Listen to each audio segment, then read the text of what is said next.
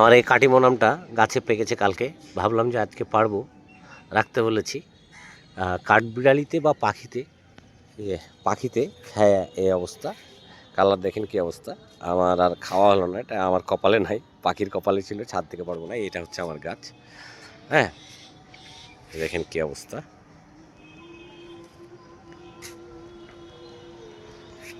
এখানে কয়েকটা প্যাকেটের বাইরে রাখছি আর কয়েকটা প্যাকেটে করেছি। এটা এখানে ছিল, এই বোটা থেকে পাখিতে খেয়ে এই অবস্থা। সো এটা আমার কপালে আর নাই। কালারটা খুব চমৎকার হয়েছিল যে কালকে দেখার পরে ভাবলাম যে আজকে তো রাখি। আসলে পশু পাখির যে হক সেটা ঠিক রাখতে হয়। সাথে আপনাদের একটু দেখাই, দুইটা মরিচের গাছ লাগানো আমার এই কাটিমন গাছের সাথে।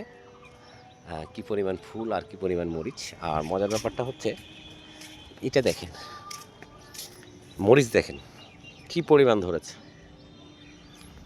একদম বলের মতো হয়ে, আমরা যে মার্বেল খেলতাম কাচের সেইটার মতো হয়ে একদম, সাথে লাল। এই যে একটা এখানে পড়ে আছে, আমি উঠিয়ে অবশ্য এখানে রাখলাম। চমৎকার। আসলে এটা বাসায় আমগুলো রাখি বা গাছ লাগানো বাগানে এর সৌন্দর্যের জন্য, ছেলে মেয়ে আসবে, পাড়বে, গাছ থেকে খাবো। কিন্তু যাই হোক, কিছু করার নাই। সবগুলো যে পরিমাণ গরম পড়তেছে সব পেকে যাবে। আপাতত রেখেই দিলাম এটাকে, পাখিতে খাবে, কিছু করার নাই।